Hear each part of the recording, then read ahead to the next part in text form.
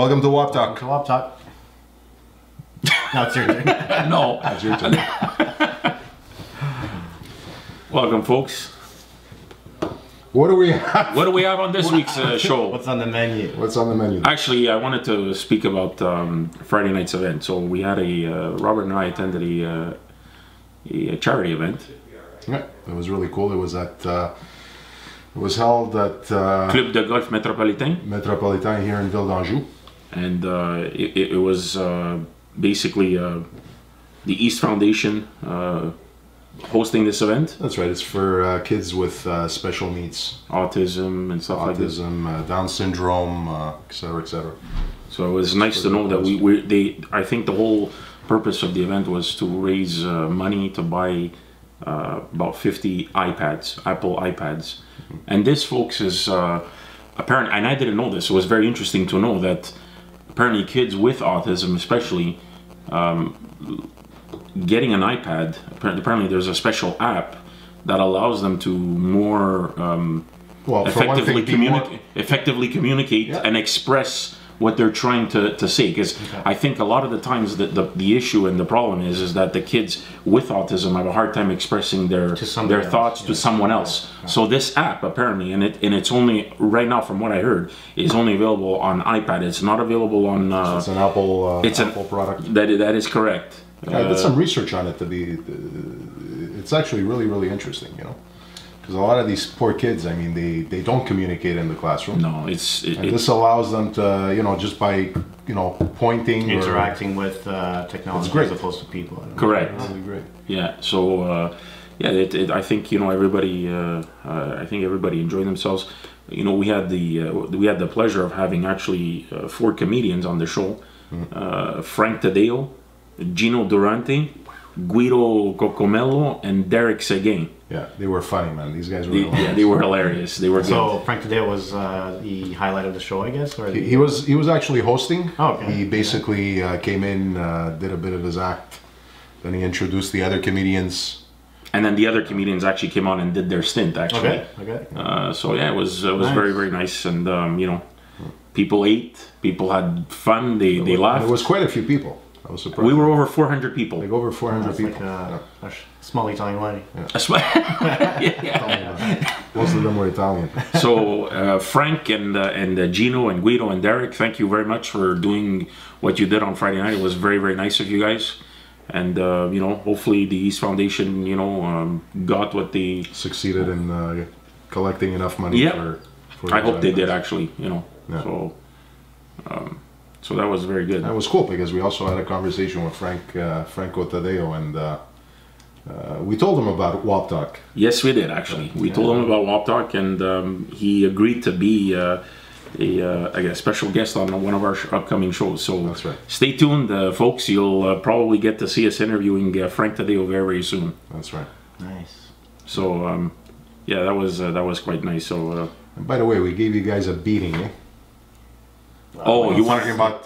Okay, now we're gonna get into the hockey talk. Now we're gonna get into the hockey talk. Beating. I mean, played well. It was a tight game. It was a pretty close game, exactly. And Montreal won 2-1, but it was a very tight game. I thought Jersey was actually going to tie it towards the end. I mean, you guys outshot Montreal. Carey Price played a pretty decent game, I would say. And it's a good point because, you know, I always said it. Has he ever stole a game for us?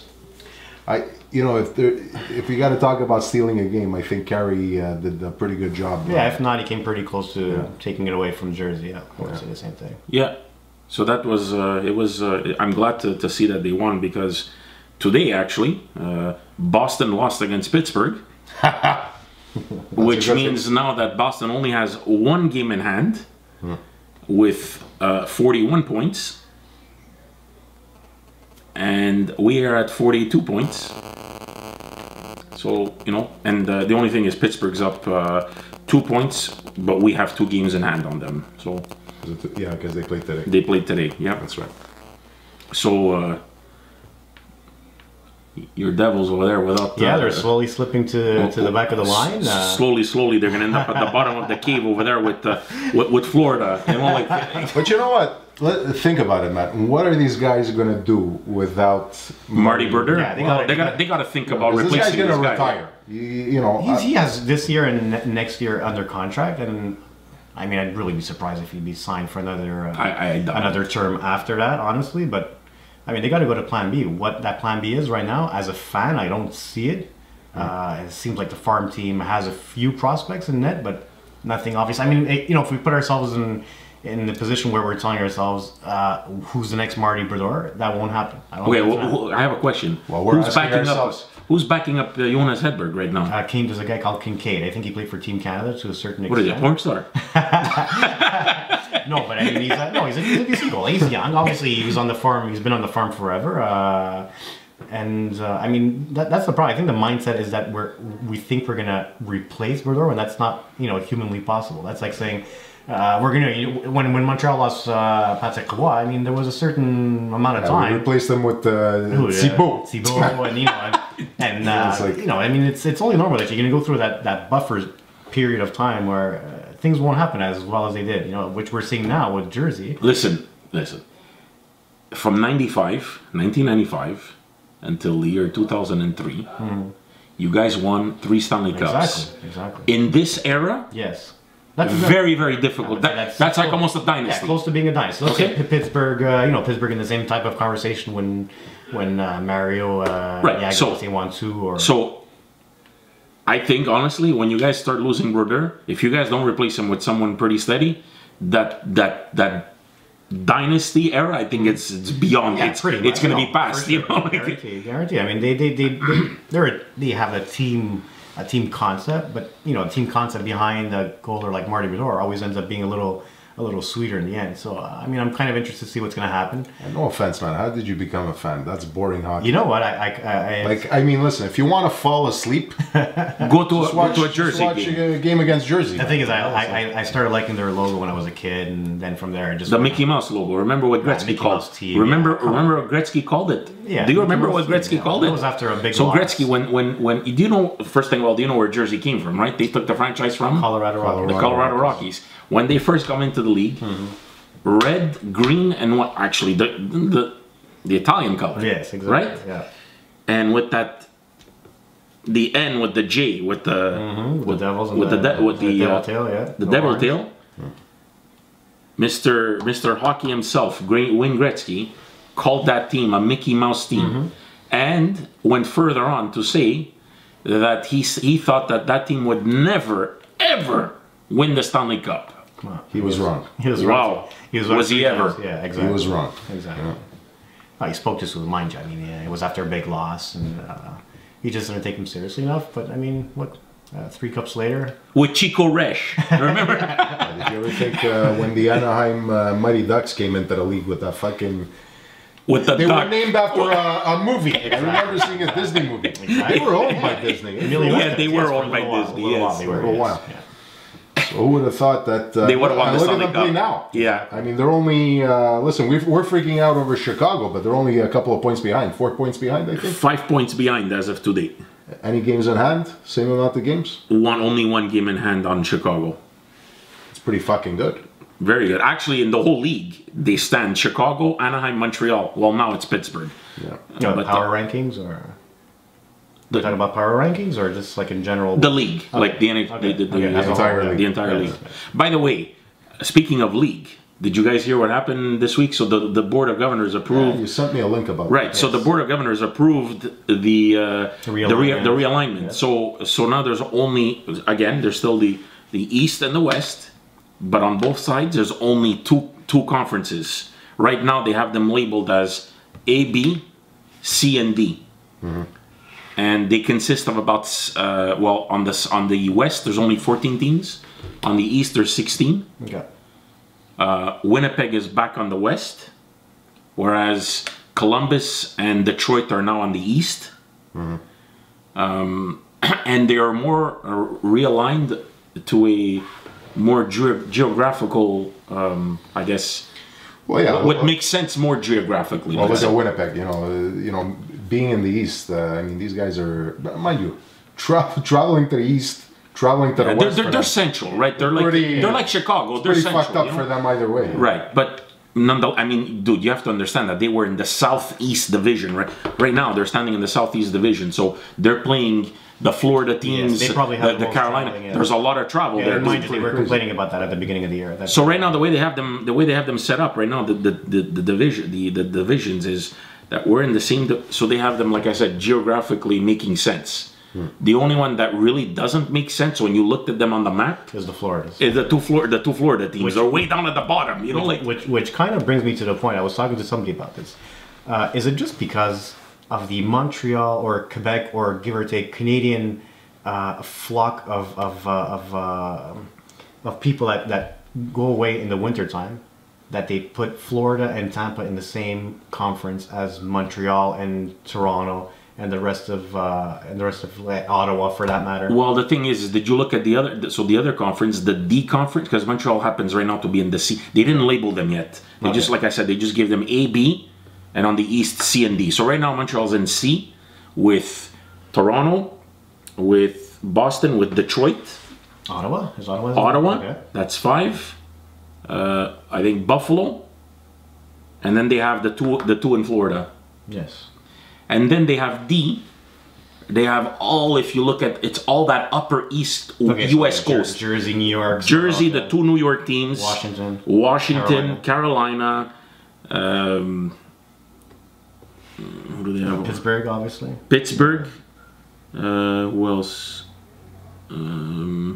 I think we named all of them. The 2 New Yorks. Oh, sorry, I forgot Toronto on our side. It's Toronto on our side. Buffalo's on the. I actually had the paper. It's a shame. Yeah, Buffalo's on that. There's 8 teams in a matter of they're all scrunched up. So where did you want to put? Where did you want to put Florida? The 2 Florida teams, you know, it was kind of hard to you didn't know really, because when you looked at them geographically, everything makes sense. When you look at it, you're saying everything's making sense. I don't think that Florida or Tampa would mind. I mean, I mean, when you watch a game when Tampa plays the Canadians or Florida plays the Canadians, it seems like 3/4 of the fans are Montreal fans. Montreal. Yeah. You know, I'm thinking they would probably be that's the same because thing. it's so cheap to go watch the game, and they have no fans anyway in Florida. I understand, but how many snowbirds go to the game? That's my question. How many snowbirds go to the game? Oh, you'd be surprised. And I asked that question to somebody who I was talking to, and they said he thinks on average, during a regular season, maybe not a shortened season, but on average,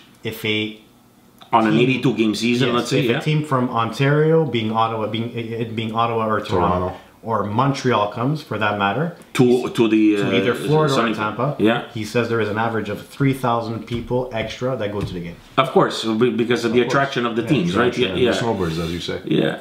So it's makes sense. It's an interesting fact. I mean, it's for the owners in Florida. I mean, it's an added bonus. To be in the same conference, the same division as Montreal. I think so. You know? Of course. So this is as of next year. Actually, they're going to start this. This. And I think they're going to do it for 3 consecutive years to test it out. Okay, so there is a testing period. I didn't know that. I didn't. think it was. I didn't read that. Maybe that's the fact. So listen, I could be wrong too. So the way they'll do it is the 2 divisions. There's going to be it's going to be the top 12 teams. Sorry, it's the top 16. No. That's 2 and 2 is 4. Yes. It's okay. Yeah, that's right. It's going to be the top 3 teams of the 2 divisions. Okay. And then there's 2 spots available. Mm-hmm. It's a wild card, but a wild card per the whole Eastern Conference. Okay. Okay. And so the best record of the Eastern Conference, besides the 3 standing, the 3 standing 1, 2, and 3. Almost like a baseball. Correct. It's almost like a baseball format. Okay. And same thing on the West. You're going to have the first 3 teams on the 2 conference A and B, and then the spot 7 and 8 will be a wild card on the Western Conference. Okay. So, nice. The thing is that Detroit comes on this side, and I think the owners of Chicago were a little upset about that. They were a little upset. There's a bit of a rivalry, obviously, between their 2 original 6 teams. But I mean, Detroit now inherits, I guess, the rivalries of an extra 2 original 6 teams, 3 actually, Toronto, Boston, and Montreal. Yeah, which might be interesting. No, Rangers? Yeah, for sure, New York. Yeah. So yeah, they're out of the 6 original teams, 5 are on the East, 1's now on the so they on sort the of West. get closer to this side of things. Yeah, right. So that might be interesting. I mean, obviously, you can't erase the history of Chicago and Detroit in the past, however many years that the league has been in existence. But you never know. I mean, rivalries can obviously be born of something new. And like Robert was saying, after 3 years, I guess we'll see what happens, and it might make sense to keep it that way. To keep it that way, if not, get back to the old way. Exactly. Yeah. So yeah, that's interesting. So we'll see what that gives. Yeah. So how that'll work out, but. When I saw it at first, I had to sort of make a double take, or I sort of took a double take, but I was like, yeah, I think geographically it makes sense. We should ask the Pope what he thinks about it. Speaking of, there's a new Pope. There's a new Pope. Yeah. New Pope. What's his name? Francisc. Yeah. Francisco the First. Francisco the First. He's from Argentina. From Argentina. He's a holy man. But let me get something straight. The last time that they voted in the Pope, Benedict XVI, at the age of 76. Now, folks, don't get me wrong, but at 76, being you're stra pensionata, fucking stra supplement and everything, you're at 76.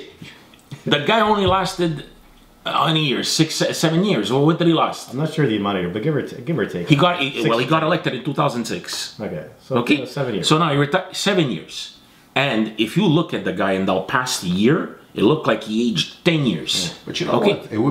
It would be kind of fucked up if you like the young Pope, though. Dude, but you no experience, no nothing. No. I'm not saying he's still thinking of banging the sister. No, I'm not. You know what I mean? It's like I'm not saying you get one at 40. I'm not saying that. But at least, I don't know, maybe around the 60 range. Has there ever been a young Pope? I think they all John Paul II was elected. No, John Paul II was elected at the first Pope. Peter wasn't the young Pope. Reading in the at the age of 67, he got elected. John Paul II, and he lasted quite a few years. Okay, that's been late. If I'm not mistaken, in the paper I read that the youngest Pope was 14 years old.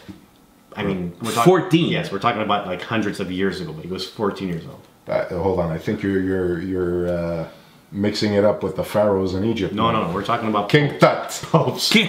Remember King Tut? We're talking about popes. Yeah, 14 years old. I guess it didn't work the same way, or there was some. I think that's some kind of lineage back in the day, but 14 years old. Guys, the guy's 76.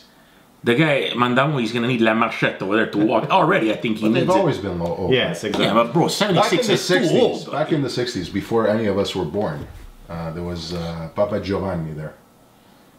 He was extremely old when he got into. Did they not learn their lesson? What? Well, dude, I don't know. But what I'm trying to say is that the last time that they elected Benedict XVI at 76, now he retired 7 years later.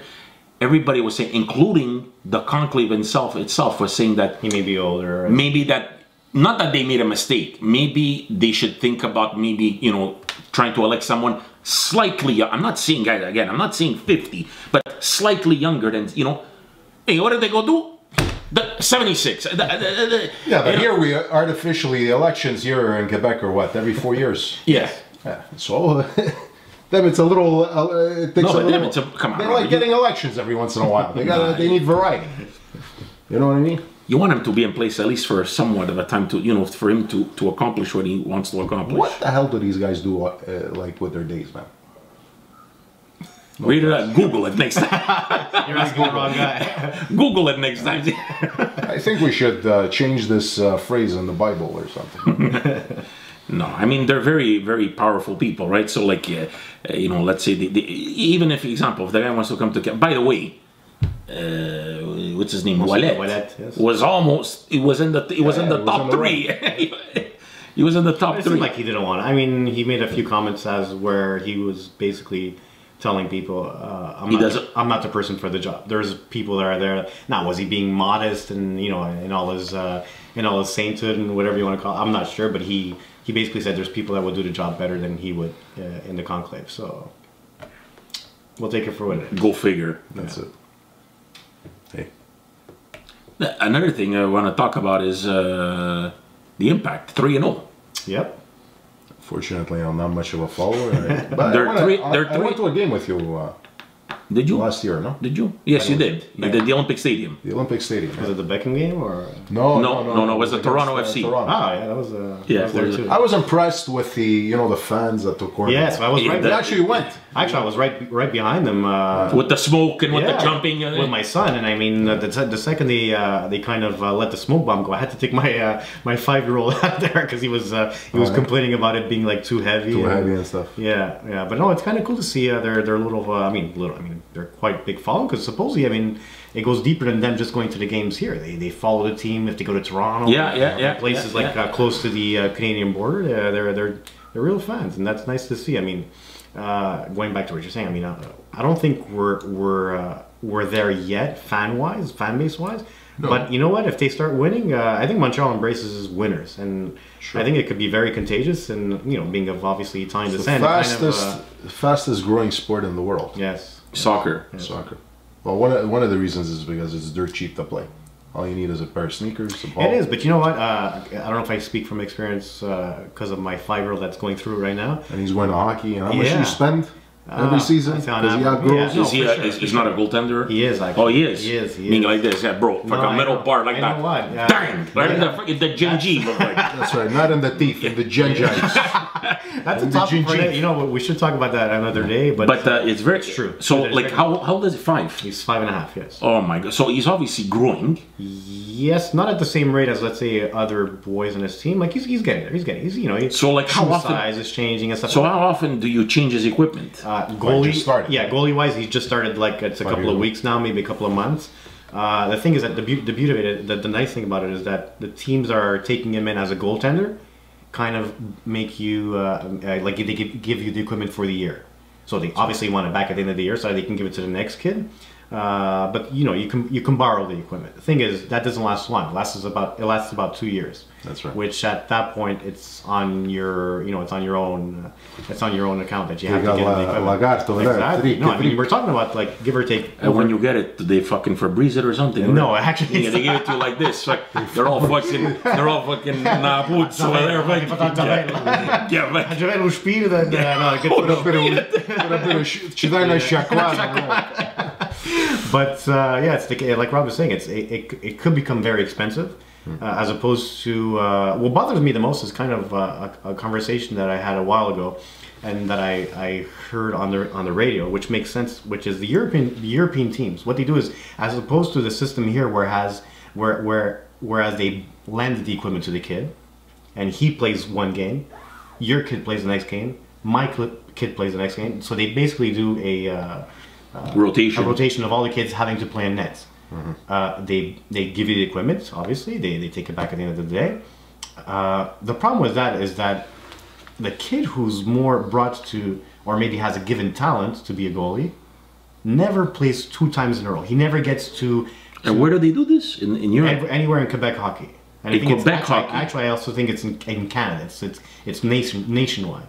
Because what happens is that every but this is at a novice level. He's 5.5 years old. They call it pre-mag at this point, or mag 1. Yeah, pre-mag was last year. Mag 1, then there's mag 2. Mag 2 they introduce goalies. Mag 1 there's no goalies. So mag 2, 6 years old, they introduce a goalie. But they have this permanent goalie. A permanent goalie. In both. So how does a kid know if he did mag 1 and he's going through this rotation process? No, mag 1 there's no rotation. It's mag 2 they start this rotation process. Oh, so it's mag 2. 6 years old. So next year my boy would obviously have to suit up the pads at one point during the season. The problem with this is that it kind of gives you a taste of it, but then it kind of takes it away from you at the same time. So why do they do this? Because they know that, first of all, why do they lend you the equipment? Because they know that it's expensive. Right. So they say, you know what, we'll give you the equipment, but your son is not going to be playing in nets full time. Now, it could be my son, it could be anybody's son. If one kid is more brought to having a bit more talent, and you know what, you see it very early. You see it with their skating abilities, you see it with their movement, whether it be goalie or for player. If he's more brought to being a goalie and he likes it and he enjoys it and he's actually good at it, well, he won't have the chance next week. The next kid is going to have the chance. Now, what happens? You say, well, it's only fair. Yes, it's only fair. But what happens when this kid now we're talking in the future, let's say, why aren't we bringing up more goalies, which is a problem that's happening a lot in Canada right now. We don't have amazing goalies, mind you. put Longo maybe in Brodeur to the side. After that, you're starting to thin out. It wasn't, let's say, like 20 years ago, right? Right. It's because, I think one of the major reasons because it's expensive, right? It's expensive for the parent to. Fine. Yeah. Now he has 2 kids. You have 2 kids. I have 2 kids. Your son your son has the chance to have a father who's making a lot of money, right? Yeah. He goes in nets. Why? Because you can afford the equipment. What, is that the way it works? Let's say the year after. The year after, you have to choose a goalie, right? Yeah. You have the money. Your son says, you know what, Daddy, I like playing in nets.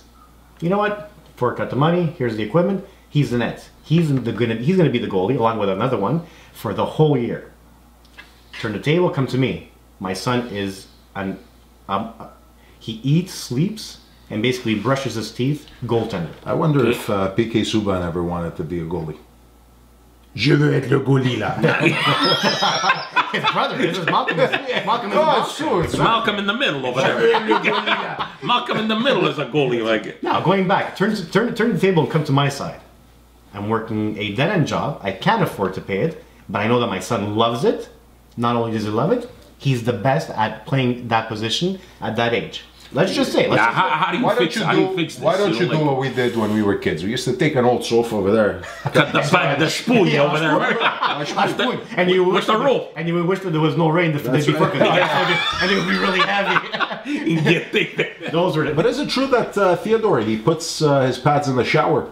Did you hear this? No. No, I haven't heard He likes to play with his pads wet. Oh, really? Interesting. Yeah. Nice. I mean, this is Jose when he was playing in Montreal. That's why now he has rheumatism. Maybe, I don't know.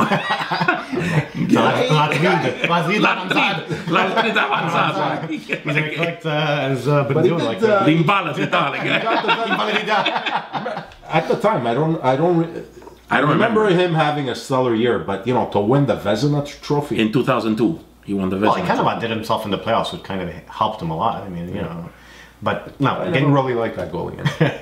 Getting back to the story. Now, if my son is advanced, let's say, in his skills as a goaltender, you may say, how could that be? You may say it doesn't happen. Let me tell you, it happens. I'm a certified Quebec coach, and I see it in 5-year-olds and 16-year-olds this year.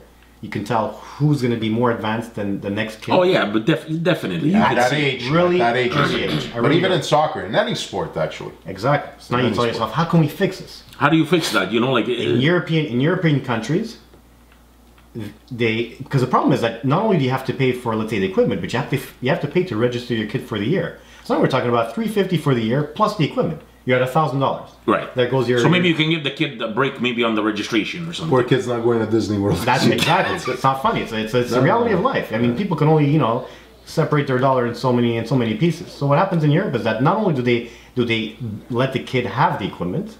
Who lets it have? The association lets the kid have the equipment. Yeah. But they pay for your registration. So what? He ends up playing for nothing. He ends up paying for nothing. But they choose the goalie. If your son is not the best goalie, whether he wants to be a goalie or not, he's not getting chosen. Okay. He pays $350. He plays up front. He plays defense. So the kid can say, exactly. Mais je veux être le goalie. You know what? And it's an early age to tell the kid he can, but it's the reality of life. They tell us coaches to be harsh on them because it's not a daycare anymore. At 5 or 6 years old, you got to teach them, the skill sets of hockey and how to be respectful to the coaches. So they're not kids anymore. You got to let them lead the way. Exactly. Show them all the beauty they possess inside. Easy. So that being said, Whitney, Joey. Whitney.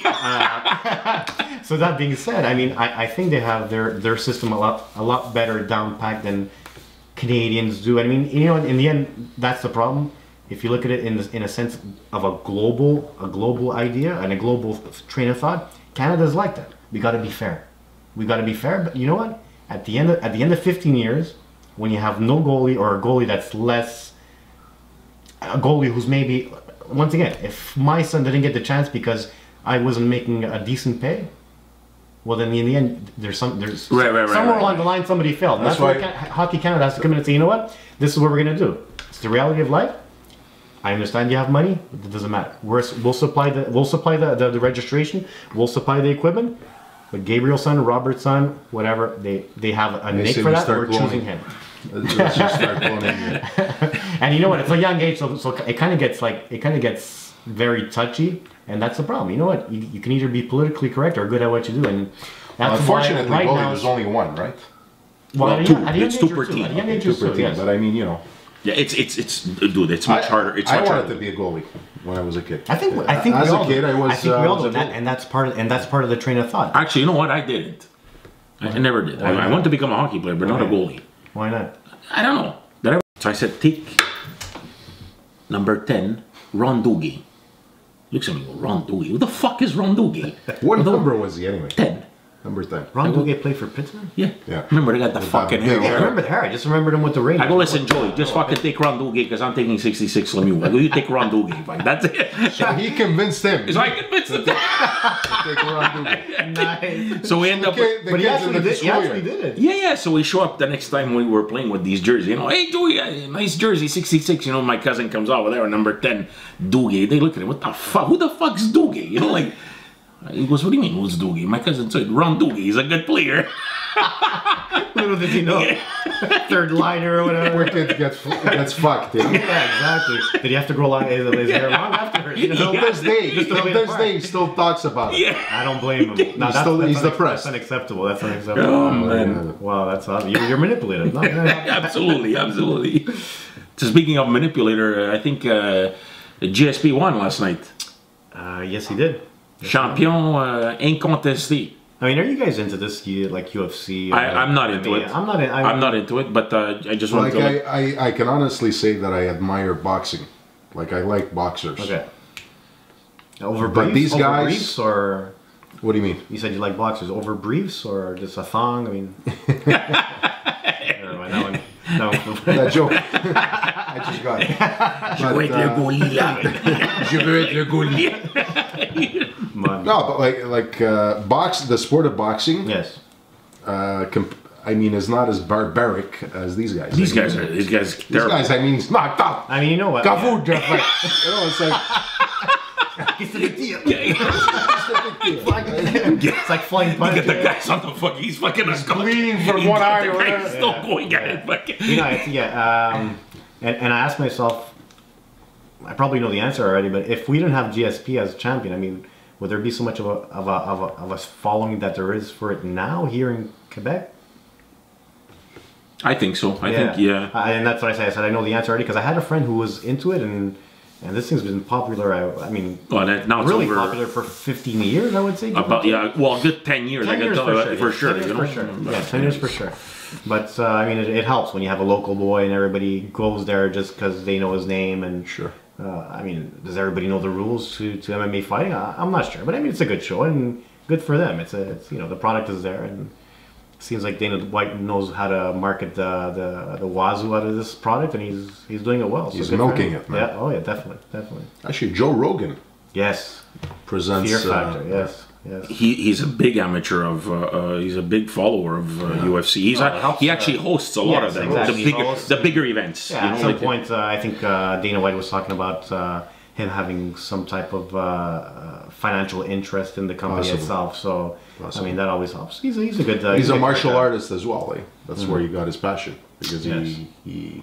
Yes, he is. He's a black belt. I don't know how many dans in jiu-jitsu. Well, me too. Right now, I'm wearing a black belt right there in my gut. Weird. Yeah, I can't even wear one. La tripe over there. Speaking of tripe, do you eat tripe? No. You know what? I don't. But I went to Italy in 2009. You tasted it? You tasted it? And it was a different type of tripe that I had. A different type. Was it fried? Well, was it fried? Was it same? They make it the same way. The difference is that I think maybe the sauce that goes along with it to start off with. Right. I had it in Sicily. It was on a bread which seems to have fall down from heaven. What did you have? Panagonzat? By the way, the bread in Sicily, my family being Sicilian, you don't have it anywhere else. It's not normal. What is the yeast? That's different. Flour. What is it? Maybe the flour they use. Whatever it is, they make good bread. Yeah. And then there's a guy shaving Parmigiano cheese the whole freaking day. We were there for about. So wait, you're having un panini of tripe. It's panini. That's a panini, the bread. They basically put the tripa inside, exactly. And the next ingredient is Parmigiano. But what happens when the Parmigiano cheese meets Just melts? It melts. It melts, and it gives it, I guess, another taste. Which for me, I've tried tripe here before. I don't like the idea, so maybe it turns me off for that reason. So what made you eat it over there? You're still eating some fucking, you know, Vindrishka. fucking cow. What is that? Whatever it is. Look, it could be like whatever the animal is. Like you're eating its freaking guts. You know what I mean? That's right. So basically, this guy shaves Parmigiano cheese for 8 hours a day, if not more. So we're there for 45 minutes, and all he's doing has this really long, I guess, shaving knife. And the block of Parmigiano. Yeah, it's at least 2 feet. Yeah, yeah, so it's cut in half. The wheel. Yeah, so it's cut in half, and he's doing this the whole time. Yeah, so the guy, imagine the poor guy on his CV. What are you, a Parmigiano cutter? Imagine this guy gets home at night before he gets into bed. Okay, I got a minute. He's an hour. I feel bad for his wife. No, that being the case, that being what happened, dude, the taste that came out of that sandwich. I had two of them. And I couldn't believe I was eating it because, once again, the idea of it in your mind doesn't make it go down. But when it tastes that good, it was delicious. It was probably one of the best sandwiches I ever had in my life. Really? Maybe you like tripe? You should open up a Milano's where we serve only those. Shish taouk over there. Those Tripe you put a tripe on a fucking thing, it turns. Yeah, Shishka Vindrishka. Shishka Vindrishka. That would be a good name. So we'll have Gabriel over there with the shaving the Parmigiano for 8 hours. Not bad. Not bad. But yeah, going back to Italy, I mean, just a wonderful trip and the delights of just being amongst, first of all. How's your wife Sicilian? Is that yes, she is. Yes, she is. We're from Abruzzo, which is actually east of Rome, where they had the big. I'm from Abruzzo. My ex-girlfriend. Well, not too long ago. You're talking what? Well, my parents. The area Abruzzo. Yes, because it's like the province. The province of what? Aquila and Teramo, both let's say on mom and dad's side, actually. Okay. But as you know, I mean, our our staple item is porchetta. Yes. And the porchetta I had in Italy, once again, man, if we can pack that and kind of like put on a Tupperware and get away from the border patrol and eat it here, I would have done it. It's immaculate. It's immaculate. Well, it's like bringing, you know, I was in New Brunswick last week for work, and you know everybody was telling me lobster. So you know, my dad asked me for lobster, so I actually bought back 3 lobsters last week in a box packed. And we're gonna like it. Oh, in it like with ice or? Yes, with ice. Yeah. So so I brought them back, and we're having a feast tomorrow night at my mom's house. How many did you buy? No, I only bought 3, but they're like 2-pounders. Ah, nice. That's a decent size. Yeah. But again, dude, I mean, unless I don't know about anybody that eats lobster. I've seen people eat lobster, many different variations of how you eat lobster. Basically, the average guy is gonna eat, once you eat the tail and the 2 claws, you're done. Yeah, pretty much. Okay, well, you have people cracking open the body and fucking taking a spoon and fucking... I do that. And eating the guts inside. Everything. The crop line that goes all the crop line, everything. It's beautiful. All right, Robert, I'm seeing a side of you I've never seen. I like Vindrishk. And crap lines. Well, on that note, then, we'll let you be, and we'll give you food for thought for the next show. You have a guy that likes Vindrishk and fucking crop lines over here. But yeah. So that's it. That's it. I guess we can sign off on that note. Sure.